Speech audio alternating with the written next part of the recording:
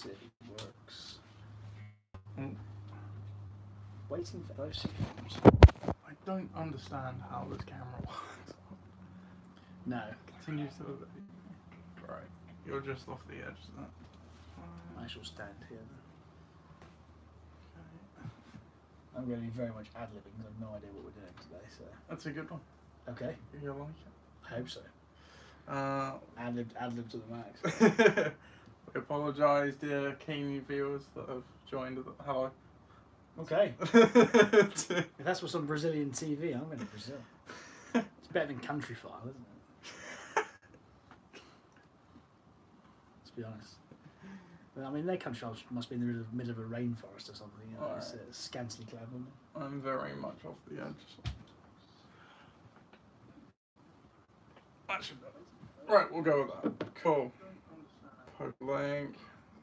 There we are so far. Look at that. Oh.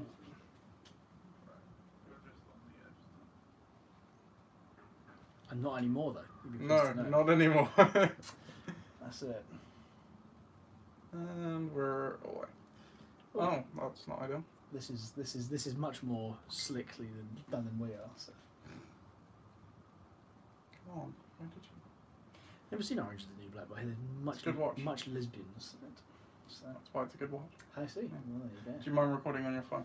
Just as a fail safe. go. I do not mind doing that whatsoever. That is all good. And then we're ready to go.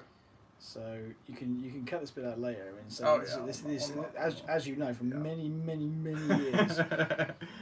We're already doing it the old-fashioned way. That's it. Voice memos. Let's go. We are on. Right, we're officially going live. Hello and welcome to the LOC Network. I keep calling it LOC Report, but I feel because it's live, or done live, we should really be calling it LOC Network, Indeed. which was back to the original LOC Network, That's because it. that was before LOC Report. Many moons ago. We're talking like 6 years ago. That was a good 5 or 6 years ago. Yeah. Well done. Anyway, we are here now, and today we have a good one for you. I will tell you what that is in a minute, because Chris doesn't even know, so I'll keep him in suspense as well. But first I will introduce the co-host. He has returned for his first show of the year. He did a spot on LOC Network earlier in the year, but that wasn't a proper show. That was, of course, the draft reveal, but now you are back for a proper show. This is true. And it's good to have you back. How's it going, co-host Chris Lee? Oh, very good, very good. It's nice to be back in what can only be described as, you know, my second home from home. This is it. You know, Ideal, it's so close as well to your actual home. That's true. It's the same postcode, pretty much. So, It must be, yeah. SO3 on 1DS. I'm 1DT, so that's close it. There you enough, go. yeah. That's There you go, what I'll close do. Yeah, and well, you would have been on the podcast earlier, and we would have actually started the podcast earlier had it not been for an unfortunate accident. Would you like to tell the listeners about what happened? Yes, indeed. And so I've still got the scars to prove it. Not actually on me, not physically. That's it. No, that's it. I'm all good. My car's not so good, but it's fine. We had a very big accident on the M27, but that's it. No one was hurt. Good. Only my bumper was hurt. A little bit of my exhaust. And it's a company car anyway, so what does it matter? It does not. So back for more this year. I'm here to tell the tale. So Great. that's it. We are good now. That's So. what we like to hear. And do you know what else we like to hear? What's that? Some league news. Aha. That's it. Segue. I like that. Shoehorn it in. So. Of which there isn't much, but as the constant reminder we always do this time of year, the draft is not long away. In fact, it is week on Sunday. Week on Sunday. We now have a few more things confirmed, as is always the case when we get close to the time. Arrival time will be 10 a.m. Ooh. Arrival time will be 10 a.m. So we should be done by 2 at the very latest. But as long as people turn up and join via Skype, which we will have available as always, or Hangouts or whatever, Yeah. we should be done pretty timely, but hopefully by about 1:30. It is the best time. Yeah, the fact is that I look. This is a day that I look forward to with a lot. I'm going to wait for a week, but what I can tell you that during that week, much draft. Not much else to do in a random cabin in the middle of the French wilderness other than mock drafts, right? Exactly right. So that's it. Why wouldn't you enjoy your time away by doing that? So. Definitely. So yeah, 10 a.m. We will obviously be in the offices we're usually in, but we will be in a slightly different room. Ooh. We will be in a proper boardroom this time. So Proper we're working our way up to the Shard, which I promised many a moon ago that we will eventually be drafting in. 50 years from now, you wait. It's it. Yeah, but we're moving up slowly. We're going to the boardroom. proper boardroom, not just the meeting room. So that'll be good fun. Wow. Subs will be £3. I said that last week. All right. Increase of £1, but hey, I've kept it flat for many a year, and you get your bang for your buck. You get your boardroom and you get your snacks. You get your boardroom, get your snacks, get your league trophy every year, and now it's with the Hall of Fame.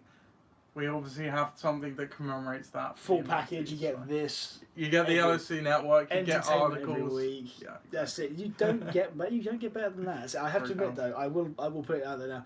I may have had the league trophy since February or whatever. I've had it since. Yeah. I've been admiring it every day. That's what it's there for. That's it. And every single day I've been admiring. But I will tell you now that I have sort of misplaced, not the trophy, but getting it. Yeah, I'm engraved. Getting it engraved. That's fine. Right. You've got until whenever you have to give it back. Okay. Oh, have I? I've got till next February.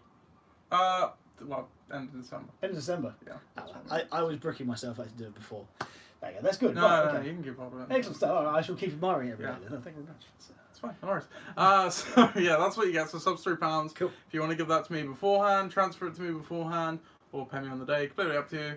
But a rule I have instigated again because this worked particularly well a few years ago. If you do not give me the money in one way, shape, or form, you do not make a draft pick until I have that money. Oh. In that case, then. Yeah. You don't have to do it live, but I'm just saying. Because it's not fair if some people are paying, some aren't. I agree. And it's not fair on me because I am the one that ends up short of pocket at the end of the day. Not right. When I say £3, it's not, it's, 24 covers it and I'm taking 12. No, that is pretty much for everything. You can all pay, except Nigel. Whoever buys Nigel's Madden 18 has to pay Nigel's as well. Yeah, that's a film.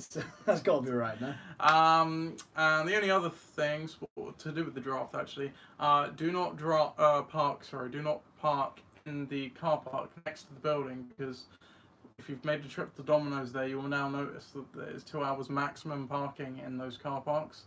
Well, you can if you want, but you'd have to move your car or risk it. But you can obviously just park on the road just outside. That's all still fine. So sure. That's just That's actually the most useful bit of information that we've got. So that's why you watch the podcast. That's what. Yeah, I haven't announced that anywhere else yet. So that's a podcast exclusive. Aren't you glad you tuned in? So all of you guys who are going to park in the car park now, because you didn't watch it, that's it. You're going to feel right for it. Absolutely. Right. Yeah. That is pretty much all the news I have. So yeah, get more drafting, get ready. But apart from that, we have a doozy for you today because it's the one we always look forward to before moving on to the future stuff. It is the 2017 review. Oh yeah. And because we have obviously started a lot later, it's not just the 2017 review. Oh no, it's also the best and worst draft picks all rolled into one. But see, this is one we did in 2 separate ones last year. Yeah, and they were both 50 minutes each, so we're gonna do our best to make it one 50-minute podcast. So it's gonna be jam-packed awesomeness. Absolutely right. Aren't you lucky? Here we go. And yeah, we will start off with the 2017 review. Or do we want to start off? No, I think it's the review first, then we can review why it went wrong with the best and worst draft. Yeah, that's a very... Or right, even. Yeah, that's a good way of doing it. So we'll just take a look at the final standings first, excluding playoffs for now, because we can cover that on the individual team ones in a bit. But looking at the final standings at the end of the season, again, it was another it was a close finish in the LOC, but it certainly was not, I think, one of the closest seasons we've had. No. As we can see, we've got 2 teams here on 4 and 10, another 2 on 5 and 9, and then always the customary 6 and 8 team, of which there was 2 again this season, as I can see. So it's definitely not the closest year in the LOC, but the final picture can sometimes deceive. It was close, really, right until the last few weeks. So it wasn't just a few teams cruising away and the others hanging behind. But as we can see in the Southampton division, Chris, you finally bounced back. You kind of had a mini bounce back in 2016. We'll go more into it later. But winning the division for, I think, the second time in your career out of 3. Then we have the Detonators coming up there, 6 and 8, second in the division. 7th overall in the standing. And then Southampton Knowles and Dream Team both at 4 and 10. Portsmouth division, Pakistan won the division on points, 11 points to be specific. 9 and 5 with Gridiron Gang coming in. Second 9 and 5, both of those went to the playoffs with Gridiron Gang picking up the wild card and bare necessities.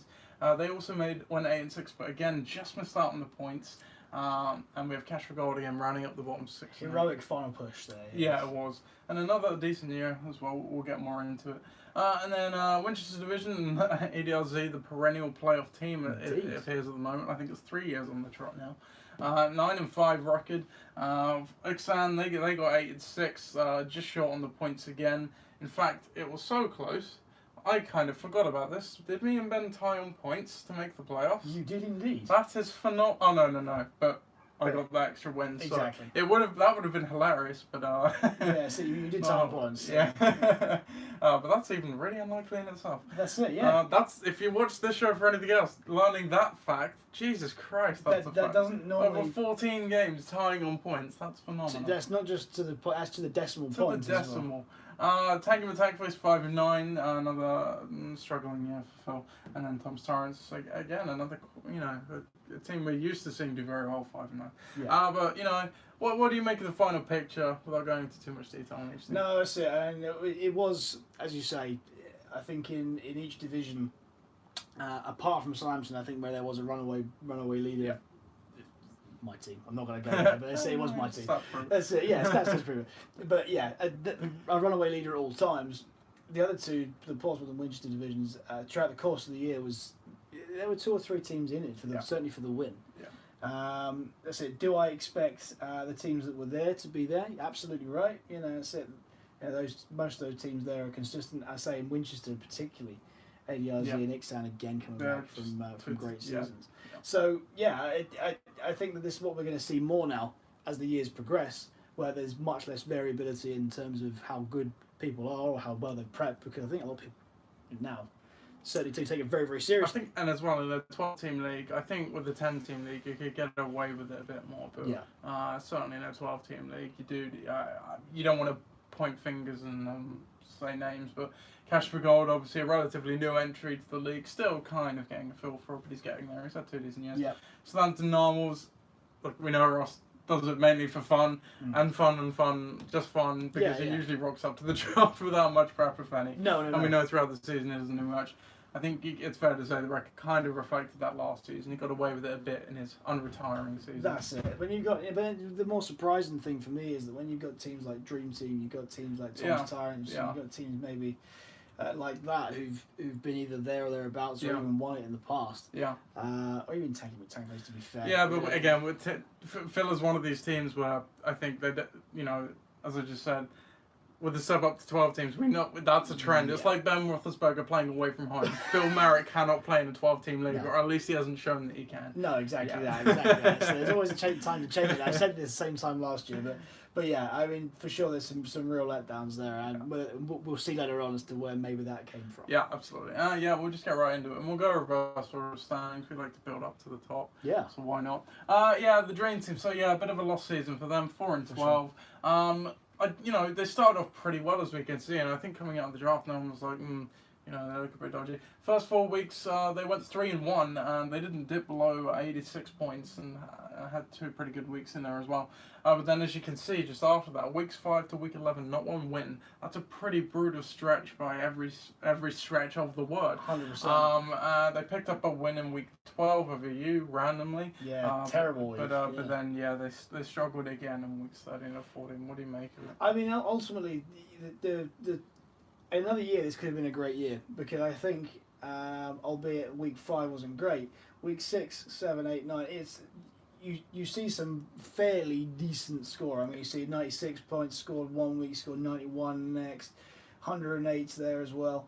So, those are fairly reputable scores, but it's just a shame that they've been beaten down, really. I mean, beaten down by 108, 121, 110, 126, 126 again. And at the end, you got 132 and 134. So, those are kind of unassailable leads. But at the same time, there's a reason why those teams are scoring those points at that time of the year, and why this team wasn't. I don't know. A lost season is probably the best way of saying it. Yeah, and I think it's a bit of bad luck as well, as you were saying. Yeah. Like, you say, okay, they had some good weeks. They obviously had their bad weeks, which you're going to lose, but usually you'll break with a few of those good weeks and get the wins there. Exactly. And it just so happened that, especially in the low-scoring weeks, they happened to play other low-scoring teams, and the high-scoring teams, really fell the wrong That's way it. for the Dream. Totally, and then say even the early part of the season could well have gone different as well, because say only a 5-point margin in week 4 and even less in week 3. You know, so there's less than a 1-point margin there. So, you know, this really could have been a terrible season. Yeah. On one hand, but on the other hand, it teaches on a knife edge, and that's what happens in fantasy. You need that sort of one player who can score 20 points. Margin.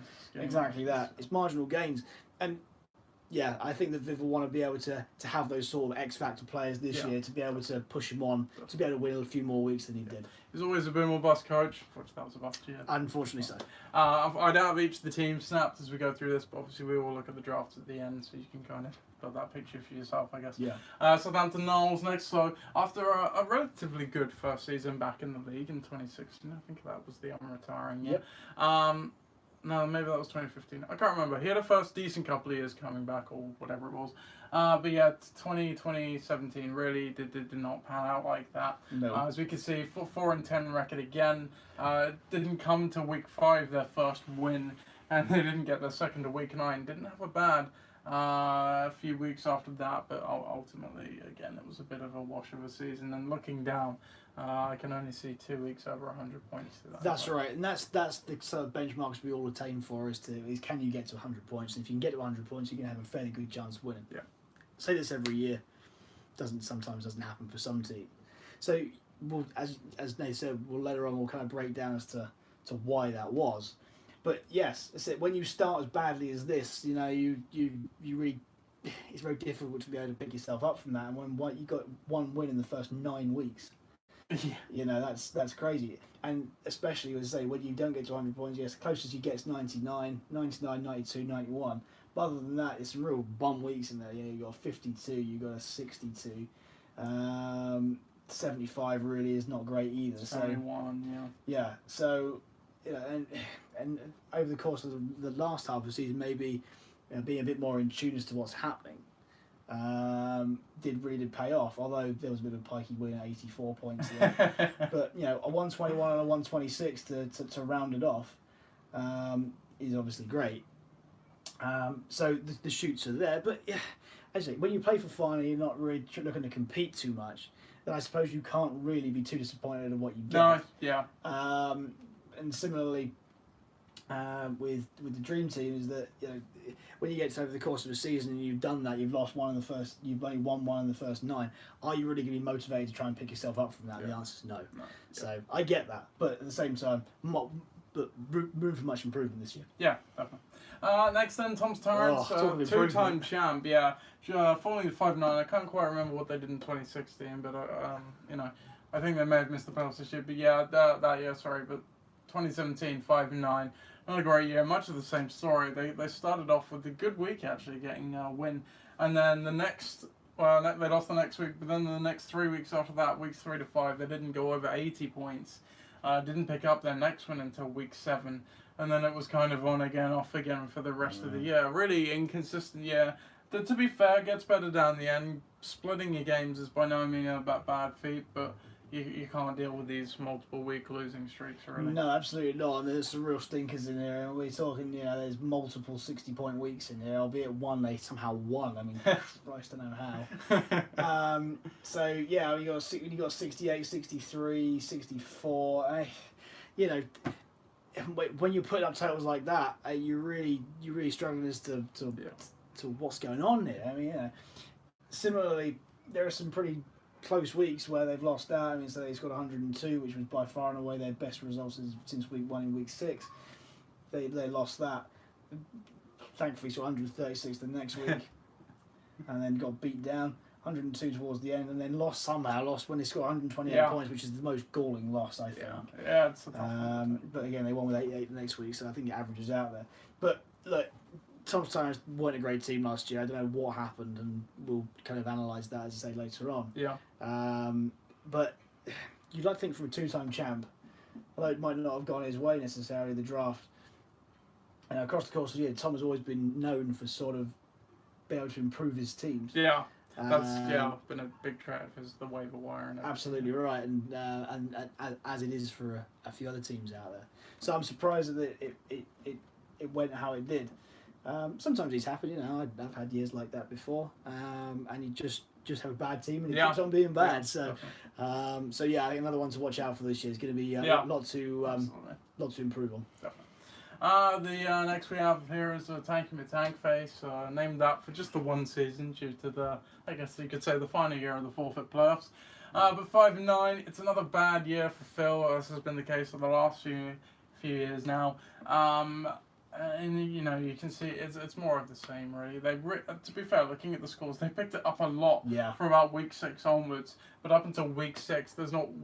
They had one game over 81 points. It's the same as Tom Torrance, the start of the year, just killed Tanking the Tank Fest. Agreed, and say there is an element of that as well, which is absolutely a valid point. But similarly, I think over the course of the years, what they would have done, they have to be very, very good to be able to beat the scores that were against them. I think they were the highest scored against team by a distance last year. I think it was about 200 points in it. And you can see why. I mean, say they've been scored like 120, 119 in week 1, 138, 107, 102, 155. I mean, so, wow. 116, 128, 140, 120. You get what I'm saying there. And although they picked up some good wins there, even if they had put together some good totals, and they did. I mean, say like 111. Absolutely respectable. 134, 104, 126, 115, 111, 109. There is some there. I think if we look at the stats later on, this team scored 1 point more than mine, and I won the league. Right. Okay. So, again, so towards the course end of the year, I think if they had the run in as well as the combined with a bit more luck, I think we could have seen a great team here, especially as they picked up momentum over the course of the year. But yeah, you're right. So it was a slow start, albeit one that possibly couldn't have been avoided. No. Yeah. Definitely. We'll see how they do this year. Cash for Gold, they had another reasonably good year. This is definitely their second year in the league, I believe. Yes. Another 6-8 year. As we can see, they started off with the 2 wins and they kind of dropped 2 and then got another 2, and then it was kind of like that throughout the season. But unlike the other teams we've just seen, Cash for Gold really tailed off at the end, and I think that's reflective of Cash for Gold, who kind of. You get this with the new coaches, is that they can get out of the draft with a reasonably good team that can get them along for so long. But unless you get those key ads, you do kind of flounder at the end of the year. The points didn't drop off too much. What do you make of that season? I think for a very similar record to Tanky McTank Face, this is sort of a little bit different, and in the sense that I think they rode their luck over the course of the year a lot. You can tell. And when you're winning games, when you score 83, when you score 69, when you score 85 again for 81, that's it. You're getting the picture here. Yeah. They're not a high-scoring team, and so when they score, they sort of score around there. I think the average score really is sort of 80 to 95, maybe. I'm only seen 3 weeks over 100 points there. That's it. And so, unluckily, all of them were losses, I think, pretty much, weren't they? No, in fact, one was a win. One was a win and 2 losses, ironically. So it does average out somewhere across the course of the year, as you say always. Yeah. But, when you are averaging 80, kind of that sort of band, and especially when you're dropping to, 69s and 73s, 64s, this isn't a great team, but again, it's the luck of fantasy what you get, and when you're playing teams that also scoring badly in the right weeks as well, it sometimes papers over the cracks. Do I think that this was as good a team as Phil's? Absolutely not. I think Phil's was by far and away the best, and Phil was very, very unlucky to where he got to. Yeah. So the question is why, and it's difficult, really. It's just a bit of luck, to pinpoint is exactly why. I think this was much the same as Cash for Gold's first year in the league. They had a decent squad, by no means a world beater. They didn't put up the best scores every week, but they still managed to get a decent record out of it and win some games like this. They've done that 2 years in a row now, somehow. Yeah. Are they going to take the 3rd-year leap, or is it going to show up in their final year? We will have to see. I think certainly more is required in terms of the research, because I think if and he follows the NFL. This is what quite surprised me about Cash for Gold. It's not like some people in the league who don't really follow it. Ollie Gardner does follow the NFL, so yes. It's interesting. Exactly that. It's picking the right people at the right time. I think it takes you a while to recognise draft strategy. Yeah. It took me a long time to be able to do that, and you certainly won't get it by your 3rd season. Although you can ask someone like Pat, who seems to have got it down to a T now. how he does it, Yeah, maybe. quick study. And learn from that. Also on draft day, it's also good to be able to talk to somebody who's next to you if you've got somebody who's and bounce ideas off. There's not a problem with that. I've never had a problem with that at a draft. So I think if you're having a problem with a draft strategy, you just say, look, I'm thinking about this guy. What do you think? And someone's going to give you an honest opinion, because let's be honest, it's not that competitive. We're not going to shut up shop and not give any advice. So. No. The Natives were next. Again, they've been a team a little bit in the wilderness since their title in 2013. 6-8, not a great year, but also not the worst of years. And you look down the score, they're going to be feeling a little hard done by based on the first half of the season. They finished week 8, I think, 4-4. But in 4 weeks where they did lose, they didn't post less than 96 points. So it's really the opposite of what we've already seen. From week 9 onwards, however, it does become a little more sketchy. And this is kind of, if they could have sustained that, they might have been okay. But it's tough to do that in fantasy when players go down like flies. And they dropped it really in the second half of the season. But still, I think there's still potential. I agree, and I think you're right in the sense that if the early part of the season had gone better, we could have been seeing a playoff team here for sure. Yeah. I'm talking about when you score 119, 115, 111 in the first 3, and you don't win the majority of those, then that's like that is desperately unlucky. Yeah. And similarly, when you score 105 towards the end of the season, but look, he's won with 84, he's won with an 81, and as I say, that doesn't necessarily happen to everybody. No. And this is going to be my phrase of the day. So it averages out over the course of the season. if you have a dodgy win at some point, you will have if you score 100 points lost somewhere. It's funny. Matthew Barry, ESPN, he really preaches that it is a weekly game, which it absolutely is. 100%. But it's exactly as you're saying. It's a weekly game, but over the course of the season, the averages will break one way and the other way. Yeah.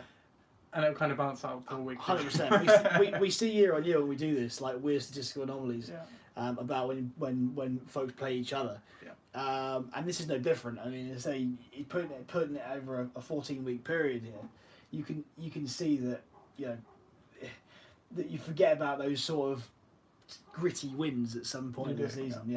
But while you remember the dodgy losses, I suppose. The gritty ones are the important ones that I find. They're usually the ones that give you the edge. They make or break your season because if you don't have them, then you're lagging behind. And if you that's what Ollie found in the first few weeks is that he put up together some really good totals, but unfortunately just got beaten. I mean, say that's less than a point there to the Dream Team in week 3.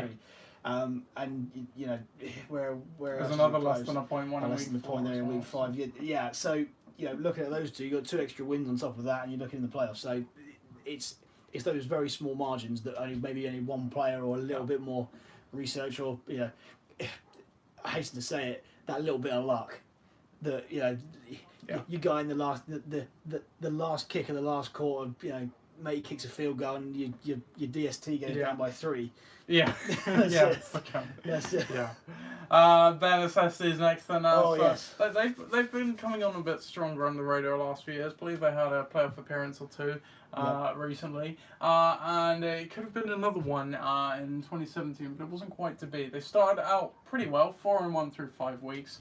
But then again, as we've seen with a lot of these teams we've seen so far, just had a horrendous stretch from week 6 to week 10, culminating in a really bad 30-point week. Not even 30, but they finished it out really strong, trying to charge back, as you pointed out. They would have been 4-8 entering week 11, and they picked up all 4 to get back to 8-6. Sorry, they would have been 4-6.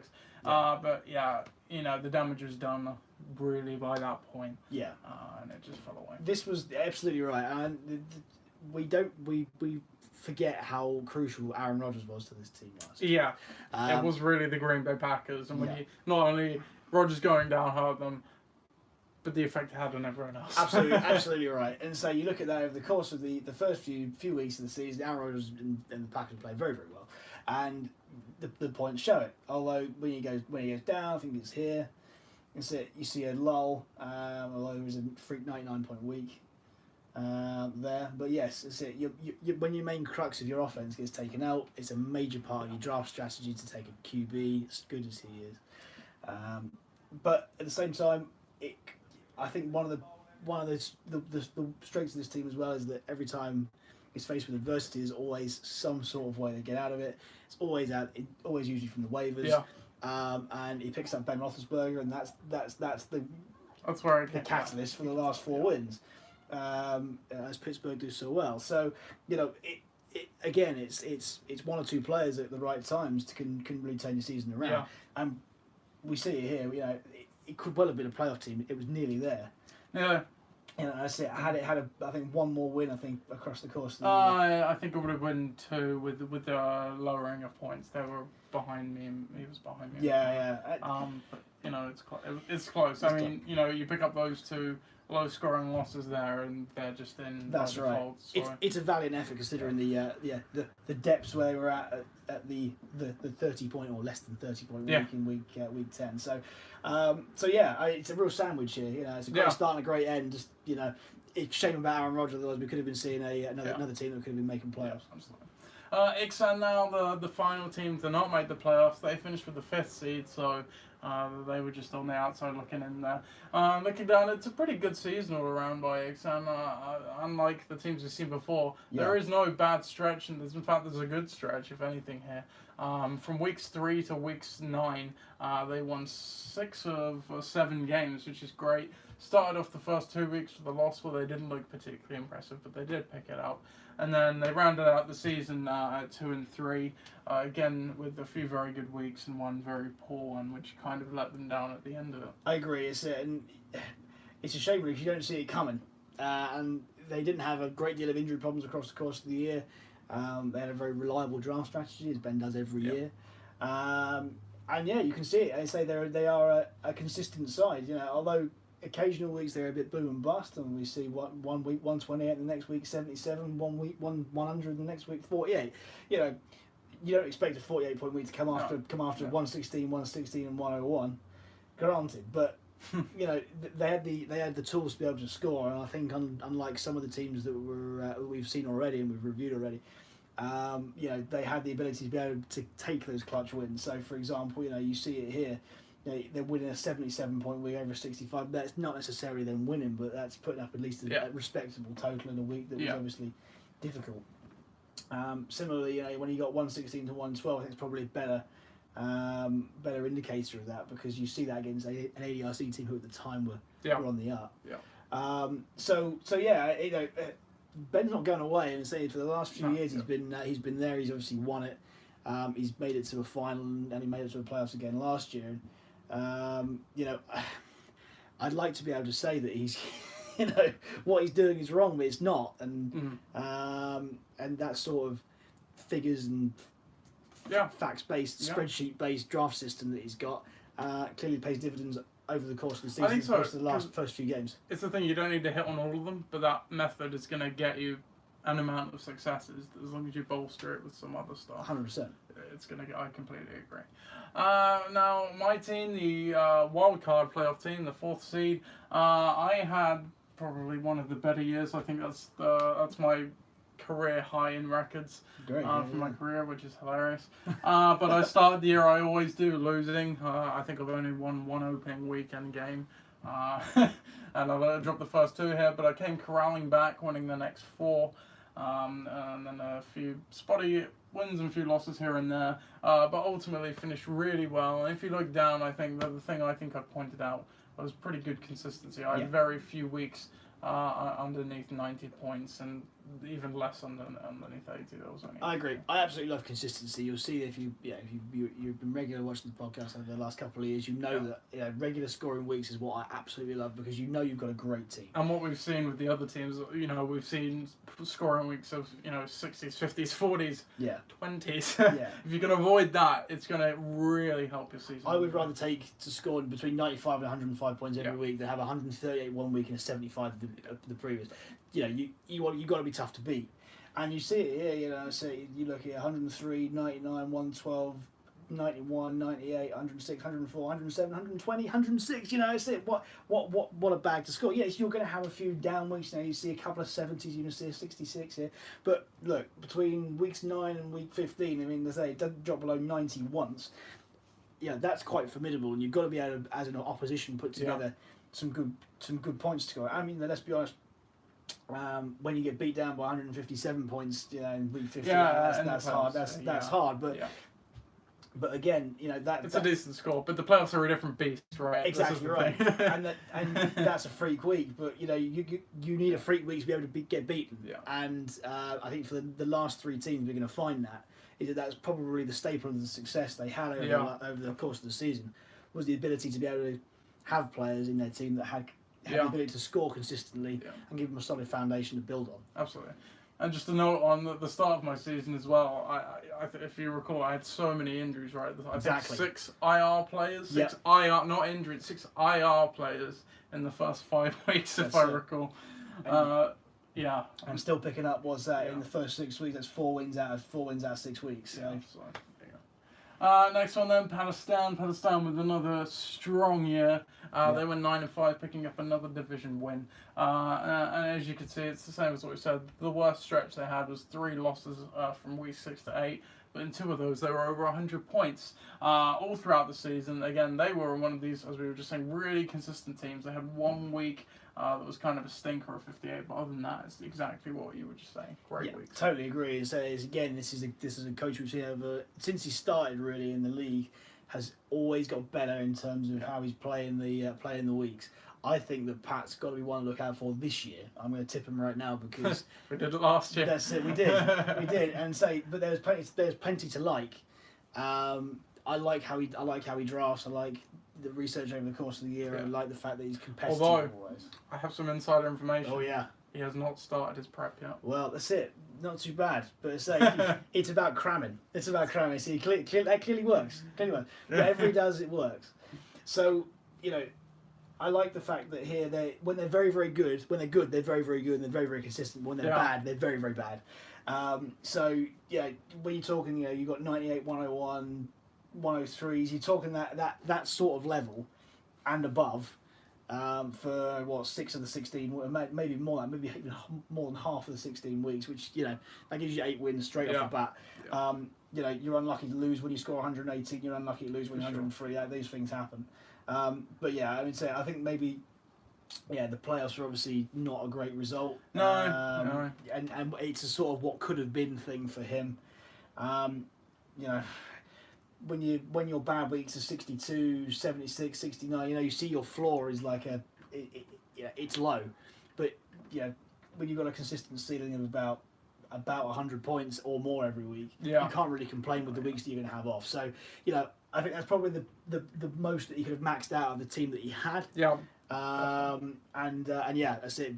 But certainly you don't get that sort of consistency through luck, and you certainly don't get consistency through lack of picking the correct players. Yeah, absolutely. And just another note on tipping. If you recorded last year, I gave a tip in the draft preview show that last year would potentially be Viv's window shutting, or the last year thereof. Called it.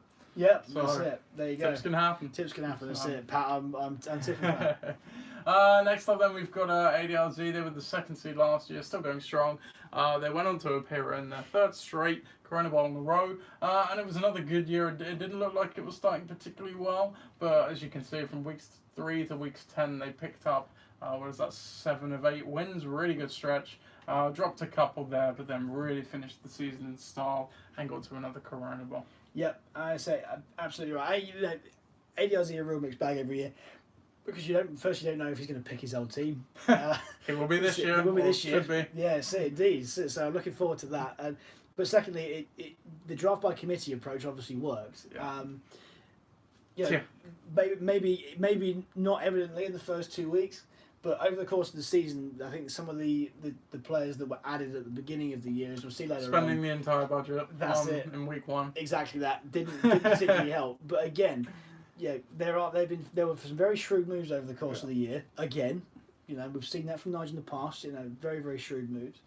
And again, riding his luck a little bit as well. At certain points of the year, you're winning by an 89-point week, you're winning a couple of them. But overall, when they were great, they were absolutely mega. And when you're talking multiple 120-point plus wins over the course of the year, we're talking 1, 2, 3, that's 4, and 118, which I'll count in that too. So that's 5 of your 16 weeks where you're going massive that you really can't be beaten. Yeah. He could have had another one in week 12, 112 points. And again, it's those clutch wins that takes him past that 90 that makes him difficult to beat. Winning on 90 points, winning on 94, that is hard to come by. And again, I'd like to see Nige do it himself and win again, because I think the year that he drafted himself, he won. Yeah, he did. Yeah, that was great. So maybe that's the difference. Maybe it's just that little bit of human touch. Yeah, the human touch. And finally, we have your team, Chris, the de facto champions in Coronavirus 9 in the League. Fudge Flies 11-3, great season. Your career best record as well, I think. And it was just what can you say? Great season all around. Interesting draft strategy that paid off entirely, taking 3 running backs in the first 3 rounds, and it just goes to show in the consistency. Only 1 week below 80 points. I can see they're just first glancing down. And just so many wins. There's no bad stretch. It's just win after win after win. Great season. Yeah, absolutely. And so it was very satisfying for the strategy to paid off as it did. It was a bit of a gamble, I must admit, to go in and do that. But at the same time, that's where the value was, in my view. It worked. Yeah, it did. It had potential over the midpoint of the season not to work. Again, I got away with some, pretty harem-scaring weeks, but at the same time, I was able to do that and felt a little bit more comfortable by doing that because of the early season start. And again, when you score 100 points or even more, and that's what I love. By the way, this is what, not necessarily winning, but it's winning consistently is what gets me good. So when you've got 1 week of 110, 107, 108, 109, you can sort of just plug and play your team. And know what's coming. Similarly over the last part of the season as well. I had to make a few changes, but that it was the same sort of thing, and then went into overdrive at the right time. Definitely. So I think a large part of this is down to the core of the team that I picked at the draft. I think over the course of the season I only picked up maybe two players or DSTs. I made a difference at any one time. I think I picked up the Jacksonville Jags in week 7, and then kept them for the rest of the season. And Kenyon Drake over the last 3 or 4 weeks when he was the guy. So, maybe lucky ads or shrewd ads at the particular times helped me out. But over the course of the year, I couldn't have done it without 3 stud running backs, and that's the real reason. It's not skill at all, really. It's those 3 running backs coming good at the right time and consistently. Good drafting. Now we'll just take a look at the quick accolades, the trophies. We obviously recapped them at the end of last season, but we'll just point out who got what and why. I don't think Ollie got anything. I don't think Phil got anything. Nige, he got another playoff appearance on his on his belt, as well as a division championship. He got the highest scoring team, amazingly. He did, in 2017. yeah, absolutely. And he also got Overachiever Award, which was, of course, as we were just saying, being in a collective auto-drafted team. Did my Doug get anything? Yeah, he got the one thing. He got the comeback award. I think that was because of the Aaron Rodgers injury. Yep. And obviously, as we saw, he was dead. Being 4-6 entering week 11, so to come back and nearly make the playoffs, certainly worthy of that. Ollie Gardner got luck award for, again, as we covered. As you can see, he had a lot of low-scoring weeks where he got the wins and was maybe somewhat fortunate to be 6-8. Tom, I don't think he got anything last season. Viv, he did not get anything either. Neither did Coach Sherwood, but Aisha as how did. I got another playoff appearance. And I also got another GM of the year, which I think, to be fair, I probably did deserve that one of any of the 6 I've given to myself. It's probably that one I deserved most because of all the injuries. Chris, you obviously got a boatload of stuff. You got Corona Bowl, playoff appearance, regular season championship, division championship. Have I accidentally given 2 teams the highest scoring team? I have, so I'll have to look into that. I am not that. Yeah, I don't know. Definitely what happened there. It might have been. I don't know. You also got the League Commissioner Award for your continuing outstanding work on the podcast, obviously. Pat, he gets another. Good reviews. He gets another playoff appearance, division championship, hey, with the Hall of Fame. Committee gets to elect something each year. You never know, you might be the Hall of Fame co-host at one point. Oh, no. That's it. One day, maybe. One day. So I've got to earn some more stripes. But that was last season, so it was a really good season, I think, by all accounts. Ups and downs and everything in between. A good unity. One of the best ones we've had. I think so. And now, as we said, we'll look at the best and worst draft picks before we do a bit of proper analysis, but we will probably just touch on these. We'll stick with the highlights, of course. So round 1, we had David Johnson, Le'Veon Bell, Antonio Brown, Sean McCoy, Devonta Freeman, Melvin Gordon, AJ Green, Julio Jones, Jay Ajayi, Ezekiel Elliott, Odell Beckham, and Mike Evans. What sticks out there for you? Well, it's obviously a round that's really littered with running backs, and as you can expect in this format, it's a shame of what could have been, really, because we forget that Ross didn't have David Johnson for the great deal of the season. Yeah, That's he got his first injured. Same with Dream Team and Odell Beckham Jr. Ixan, well, obviously without Ezekiel Elliott for, was it 6 games in the end? That's right, yeah, exactly that. Which he managed to get by. It's amazing that they managed to even be able to score correctly in that time without your first round pick. So, yeah, absolutely right. And, you see down here that there are a few guys that didn't quite perform as they should. Maybe, I think. Looking down here, like Ajayi, for example, he did well on sort. Yeah, he was in Miami, if you remember at the start. Exactly looking like the bell cow. Went to Philly, where Blunt's there, Corey Clement. Yeah, that's it. Bit of a committee, as we see this year as well. And Mike Evans obviously was a bit of a dud last year. Really gave Tanky McTankface nightmares, week in, week out. Yeah. Favorite pick from the round? It's difficult to know in the first round, to be honest with you. I think the boldest pick was probably Zeke in the 10th for Ixan, because he knew with it was going to be... suspension. Although, to be fair, I think it did get just, delayed until week 10 or whatever. So everyone was thinking it would be week 1, ended up week 10, which is arguably not the way around you want it, but I agree. Risky pick. Did pay off while he was there, but after that. Favorite? Favorite one... it's difficult for the top 3, really. I like Melvin Gordon at 6. I think he did all right for Badenes. I'm going to go Bell. Crushed it. I know it was my pick, but he fucking slayed it. Round 2. DeMarco Murray, Jordan Howard, Jordy Nelson, Doug Baldwin, Michael Thomas, Rob Gronkowski, Kareem Hunt, Aaron Rodgers, Todd Gurley, Amari Cooper, Des Bryant, T.Y. Hilton. Yeah, difficult to know. At this point, you look at there and you think, oh wow, T got T.Y. as a 24th pick of the draft. That didn't feel good on the day. No, exactly. I think everyone kind of, You look at that. He had a great season the previous one, but everyone knew that Luck was kind of banged up and maybe wouldn't start. And as it turned out, it was over the course of the year with Jacoby Brissett wasn't great. So, yeah, I think that was high. I think Des was high last year, but no one really could know what was going to happen with him off the field. I do say that here is where you get your receivers. Michael Thomas was great for Pat down there. Doug Baldwin had Doug Baldwin sort of season. It's either all or nothing.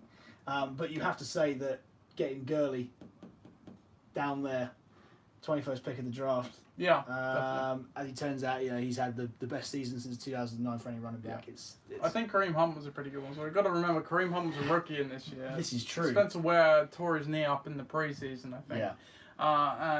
It's bold whenever you take a rookie that's not of really high draft stock in the high rounds, but Ednays didn't flinch. That's it. And we forget that Kareem Hunt had a great start, and he absolutely slayed his first game. Yeah, 45 points. Ridiculous, yeah. Favorite pick? I think I know. Yeah, I love Gurley because he made my season. So. Yeah, I think it's Gurley for me too. With Kareem Hunt, it's a close second, but you can't argue with what Gurley did. Least favourite? T.Y. I think we both said it's either that or DeMarco Murray high. The writing was on the wall there as well with Derrick Henry in the wings. Yeah. But, I think T.Y. is a good one. Everyone could kind of tell that without Luck being there, wasn't going to end well. No. Now we've got round 3, Tom Brady, Brandon Cooks, Keenan Allen, Leonard Fournette, Ty Montgomery, Carlos Hyde, Isaiah Crowell, Marshawn Lynch, Dalvin Cook, Lamar Miller, C.J. Anderson, Mark Ingram. I mean, this is where it gets really mixed, because this is where you could have picked up some, gems, awesome. That's it. It's like paddling in a river, and you pick up some stones, pick up some gold. and there's some stones in there. So there's old trusty reliables, but guys who stung you in the past. I've been stung by C.J. Anderson in the past. Stung again last year. He had an okay year, to be fair to C.J. Anderson. But what you could have had. Think about what you could have had. Mark Ingram. Yeah, so you could have had Ingram. You could have had. This is going down. So for Viv, he couldn't have had. But I see your point. Well, so you could have had Leonard Fournette. Could have put Allen. Yeah, Carlos Hyde on paper was going to be great. I don't really like Crowell there, but so again, you eventually get some duds here. So, what do I like about it? Third round is always a bit of a lottery ticket anyway, because like as Cash for Gold put in there, he's taking Dalvin Cook and a good pick, but unfortunately got injured. Yeah, exactly that. Maybe a year ahead. I think one to look out for this season for sure. Because Mama as well, he was the starter on paper. But he's had that starting job for a number of years and hasn't done a great deal with it. So, you look at it and Ty Montgomery too. He obviously took over as the running back in the year previous when they literally had no other running backs. Yeah. And it was a bit more questionable last season, especially with 2 rookie running backs there as well. And Favorite pick? My favourite pick of the lots, I obviously like Fournette because he did me well. But I also like Mark Ingram down there. Yeah. I think that's some value. I think I'll go Fournette too. I think, again, whenever you take the plunge on a rookie in the higher rounds, it takes some stones. And especially on a Jacksonville team that hadn't really shown the promise at the time. No. So it was a bit of a leap of faith and a good one. Least favourite pick? Least favourite pick of the lot is probably going to be... Lynch wasn't too high. Crowell probably is too high for me. Yeah, that was the auto-drafted one, yeah, so we were probably picking off the top, but you are right. I think Ty Montgomery for me, just because...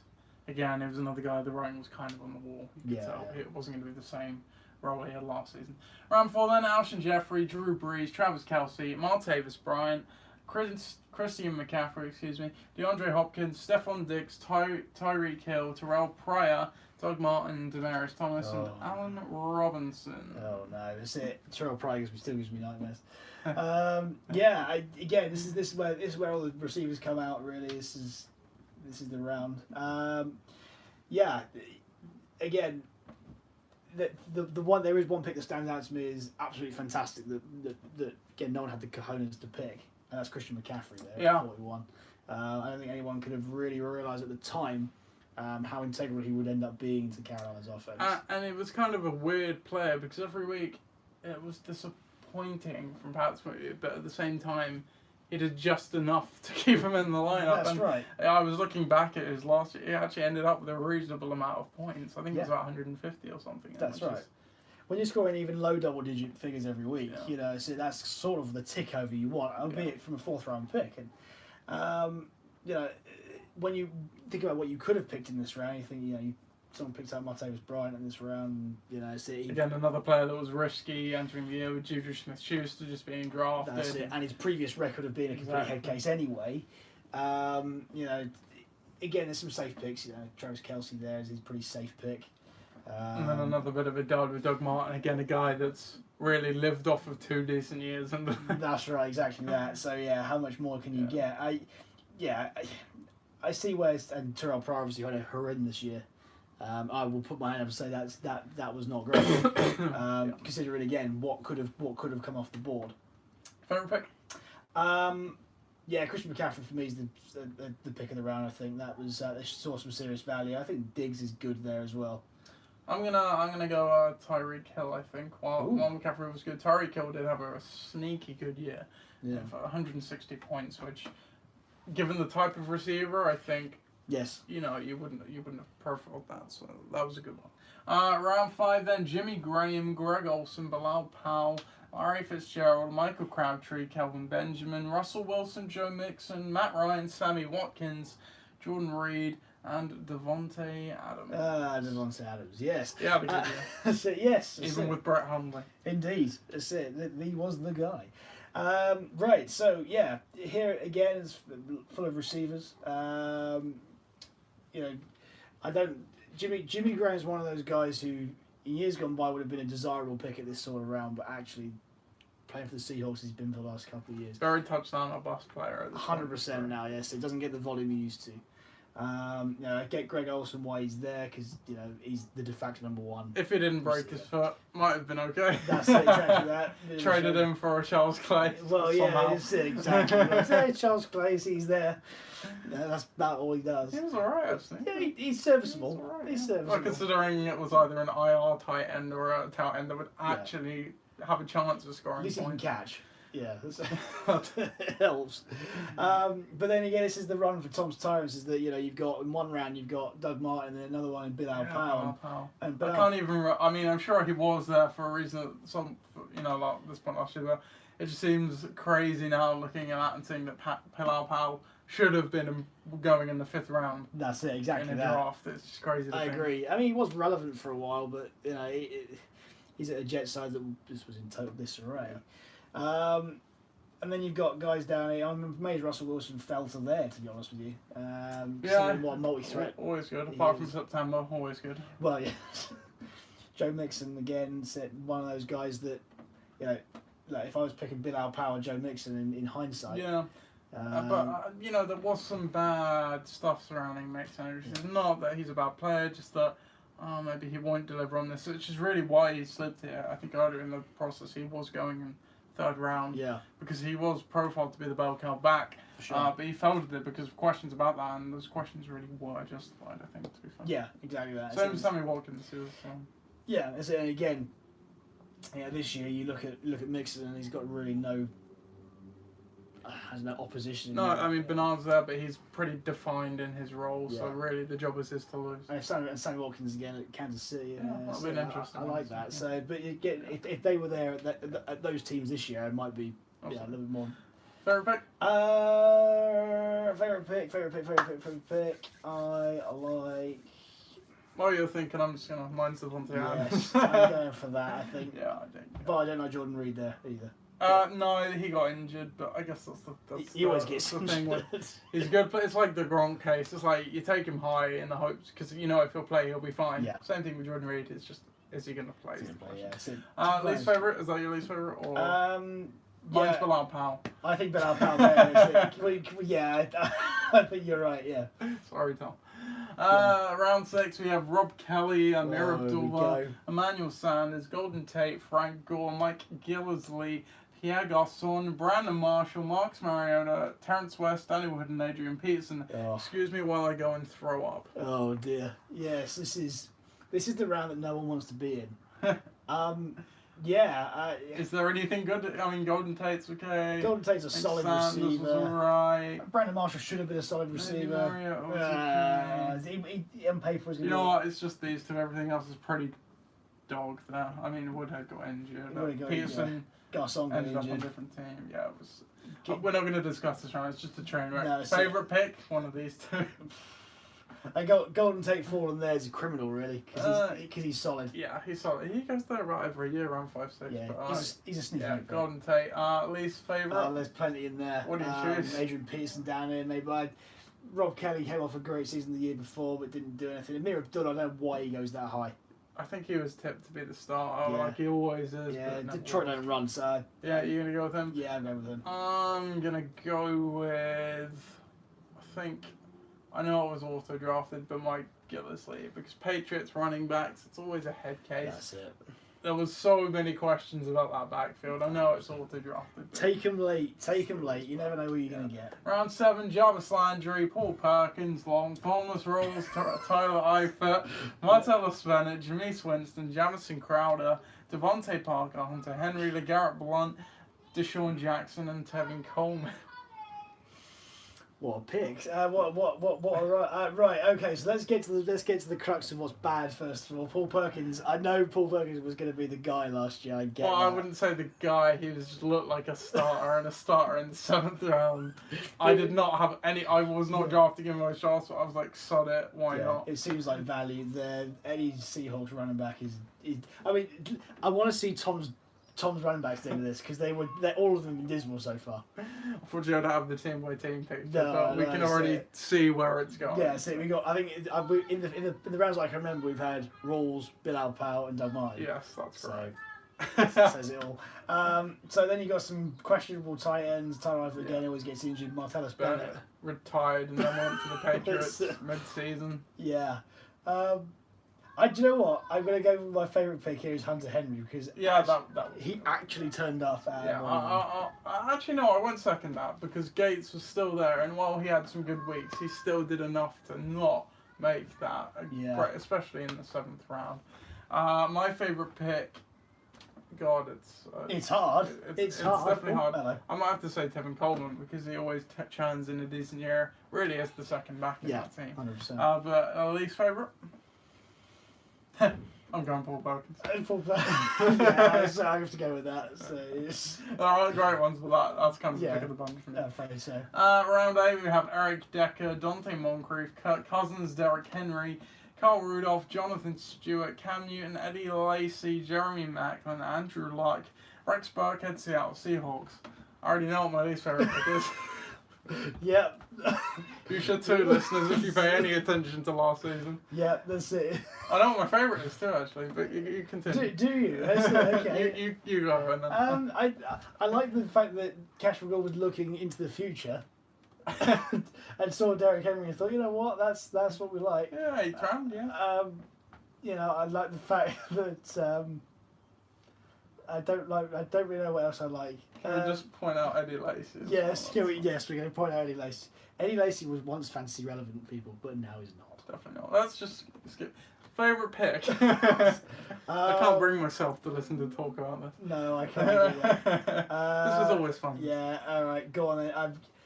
Cam fell really low, but for a good reason. Yeah, okay.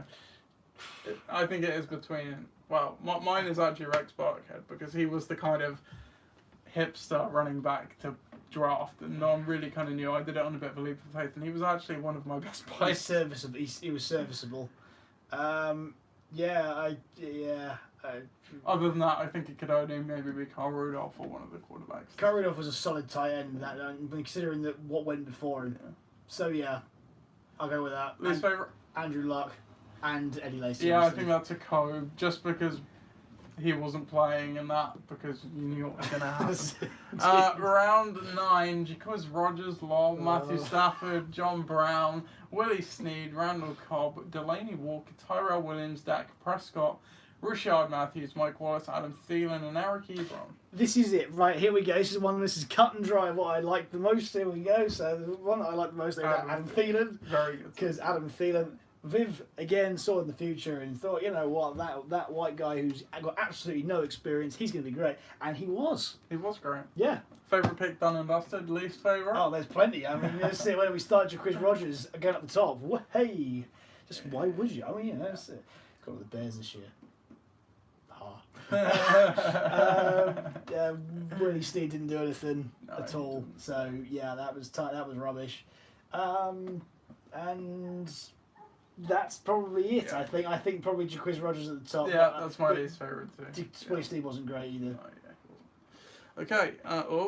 Didn't mean to do that. Sorry, dear listeners. Where am I? Oh, perfect. How did I do that? Perfect. Round 10. Darren McFadden, lol.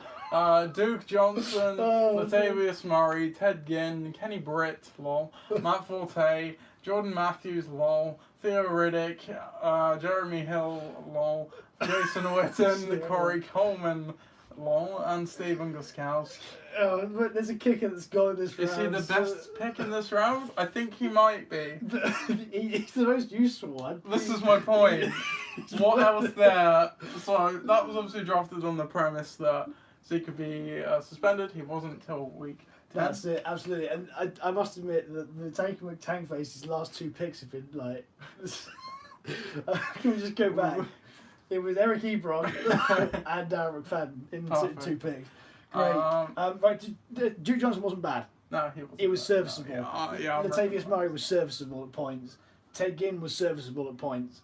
And then we get to the ones that aren't so serviceable. We get Kenny Britt, who, well, has questionable past.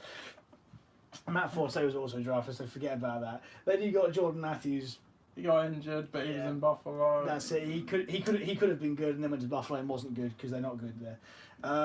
Theo Riddick again. Benny Lyons running backs to void. Jeremy Hill was horrendous. Didn't do anything. Jason Witten did have a couple of good weeks. He did, yeah. But I don't know why Tom was so high on him, but it came through for whatever. But he's ancient, and you know it was going to be. And Corey Coleman. He was there. Could be Corey Coleman's year. I think he was one of the ones that got put on IR as well, wasn't he? Yeah, he was. So I think he's better picked there this year. If you picked him there this year, I'd have gone, wow, great, that's great value. Buffalo. Yeah, that's Isn't it. that where Kelvin Benjamin's going? He's somewhere down there. I don't know. Favourite pick? I like Kelvin Benjamin this year. Yeah. Favourite pick is no, I can't pick a kicker in this round because it's rubbish. How can you like any of these? It's laughable because I'm going to pick Stephen Gostkowski. No, It's criminal taking a kicker in round 10. You can't do that. But when this is what's left, I would rather have the kicker, quite frankly. I mean, he was the most useful. I'm going to put that as a second. I'm not going to second that, but he was the most useful out of that. Least favourite? Oh, where do I start? I think for me it might have to be Darren McFadden.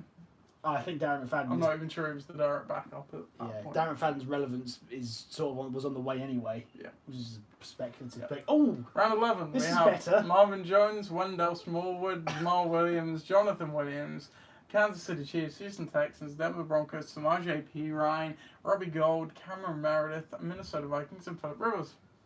Yeah. Right. So where do we start? Marvin Jones was the best pick of the lot. It was over 1,000 yards and double-digit touchdowns. Absolutely fantastic value. What a pick. Right. So then we've got a variety of different DSTs. Now if Vivi kept the Vikings, I'd have said that is a very, very speculative play. Again, it's 2 rounds in a row, Viv. Well done, congratulations. But by far and away the worst pick of any draft we've ever had, ever, is that at 130. Can I just say? Because I forgot, and thank you for reminding me. If anyone ever, that's it. Because he was. So you've had some stinkers, Drew Brees and Matthew Stafford, both within the top 10 rounds. One of which being the first rounder. Also, Bolt D. But you're right. This does take the cake. That was the one. That was the one where initially. I'm going to get Robbie Gould, by the way. He's going to need Yeah, that's also hilarious. But yeah, Cameron Meredith, who tore up his knee, shouldn't have been drafted at all. Shouldn't have been on any team ever. Got drafted in round 11, not even near the end. Absolutely right. So that is it. That is probably the worst draft pick we've ever had. Well, we know worst pick of the draft, so we don't have to circle back and do that one. No, we do not. That's it, folks. Favourite pick? Marvin Jones, 100%. Yep. Round 12. Kenny Stills, Darren Sproles, Justin Tucker, Alvin Kamara, Chris Hogan, Giovanni Bernard, DeAndre Washington, James White, Corey Davis, Cooper Kupp, Carson Palmer, and Zay Jones. This was actually a really good This actually was. This is not dead. Justin Tucker, why is it? I mean, again, this is the kicker run for some reason. Someone's worried about not getting a kicker. You've skipped down a few because Kenny Stills had a sneaky good year, man. I agree, and that's it. And his touchdown record is very good. Yeah. Alvin Kamara obviously went on to be, I can't remember what, top 5 running back in fantasy. Yes, absolutely, yeah. Chris Hogan, I think he was banged up, which hurt him, but he had a really nice year. Yeah. James White was serviceable. Cooper Kupp was good for us as well. Agreed. Was good. There's actually plenty of quite. Why is it taking until round 12 to find these guys? Yeah. It is even more laughable that someone like Alvin Kamara has gone in this round. It is. Favourite pick? Alvin Kamara, 100%. Yeah, 100%. Alvin Kamara. Least favourite pick?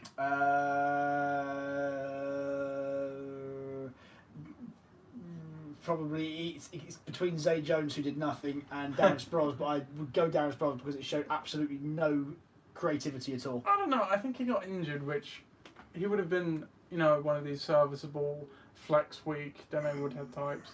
Mine is personally DeAndre Washington. Who, I forgot about him. Lynch was there, and there were questions because of his age, but that was very speculative. Sorry, I forgot about him. Yes. Even for the 12th round. Yeah.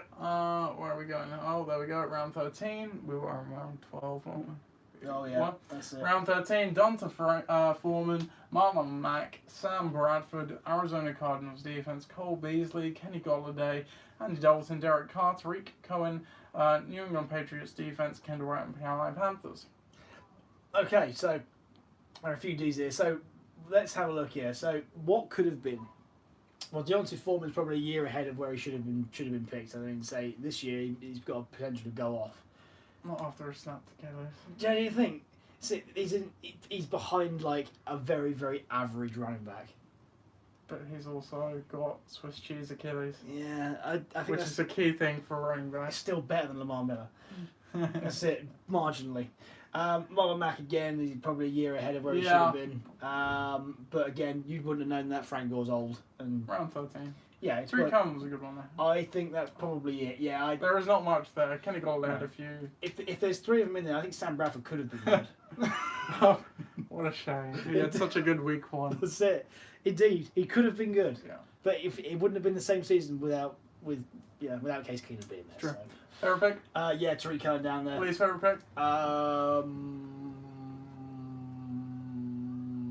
Kenny Golladay. Even though he could have been good, but again he's a year ahead of where he should have been. Yeah, actually, for a 13th round pick, come on now. I think it's Cole Beasley. There's no upside with Cole Beasley. No. He wasn't a complete bust, but there's just no. It's like asking what's your favourite turd of the week? You know, it's, do you want vanilla ice cream or vanilla ice cream? That's right, exactly. Cole Beasley, ladies and gentlemen. Oh, I've done it again. Not saying Cole Beasley is that bad, though. I think he's a really useful player in their offense. Yeah, he's better in real life than he is in fantasy. Round 14, Dan Bailey, Matt Bryant, CJ Prozise, Philadelphia Eagles defense, Will Watts, Sterling Shepard, Zach Ertz, Brandon LaFell, Ben Roethlisberger, Atlanta Falcons, Sanchez Rams, and Malcolm Mitchell. I know what my favourite pick is. So do I, Zach Ertz. Exactly that. It's the only good pick in this. That's it. Everybody else is either a kicker, Ben Roethlisberger, who for the first 7 weeks did nothing and dropped 2, and then Malcolm Mitchell, who didn't play much. Everyone else is a D. LA Rams was good. Brandon LaFell, who was, if you imagine a baby's diaper full of Indian food, that would have been more useful to the Bengals last season than Brandon LaFell. That's right. He didn't do a great deal. Sterling Shepard should have been good, and the fact is that everyone died, including him. so yeah. Favourite pick? It's Zach. Yeah, it's like a least favourite pick. Oh, which one's not a kicker? Only Malcolm Mitchell. I think I just have to go Brandon LaFell. It's so uninspiring. He's got stone hands, as one says. Round 15, you'll be pleased to hear when they're done. Yeah. And it's hilarious. To begin with, Jamal Charles, Brandon McManus, Sebastian Janikowski, Jack Doyle, Matt Prater, Mason Crosby, Chris Boswell, Pittsburgh Steelers defense, Nelson Aguilar, Tyrod. He's apparently going by now. Is he really? Taylor, Tampa Bay Buccaneers, and Dede Westbrook. Who's my favourite kicker? Can I just say, for being completely Mr. Irrelevant, Dede Westbrook did have a fairly serviceable time. And he hung on to it. He was on the reserve, wasn't he? He was for a while. So he hung on to it. And then he came in when they had no receivers about week 9. Yeah. And then did okay. But that's like Laura actually did have a decent season. For a 15th round pick. Can't argue with that. Other than that, I mean... Least favourite? Who cares at this point?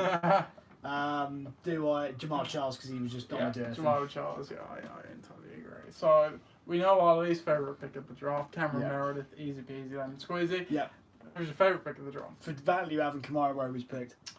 I would have to agree, though. I also do love Todd Gurley just because it absolutely blew it out of the park. But yeah, I think you're right. Alvin Kamara has to be the one there. Yeah. And that is your 2017 review and best and worst draft picks all rolled into one. We did it, I think, in about an hour, which is pretty good. We did, yeah. We basically condensed an hour and 14 minutes of podcast last season to an hour this season. So thanks for watching. Next week, or whenever we next come to you, won't be Chris, won't be Ollie. Probably will be Sunday, me, Tom, Phil, and maybe Pat. We have the mock draft show for you, so make sure you watch that from France. And I believe Ollie's in Spain as well, so make sure you watch that from there as well. International viewers this time. So we've got that on Sunday. And then next week we have the schedule review, division review, and 2018 preview. And then, of course, it's the draft. So huge few weeks for the others. It is. Thanks for joining me, Chris. Enjoy your holiday. Thanks for having me. Yes. Vive la France. Should be probably still partying there from the World Cup. Yeah, 100%. It's going to stay buzzing. Yeah. Thanks for watching again, Chris. Please take us out. That's it. Absolutely, yes. Until next time. In fact, the next time we'll see is after the mock draft. It's going to be the real one. So do your homework, do your prep, and hopefully have a better year than you did last year. Wise words. Thanks for watching. We'll see you later.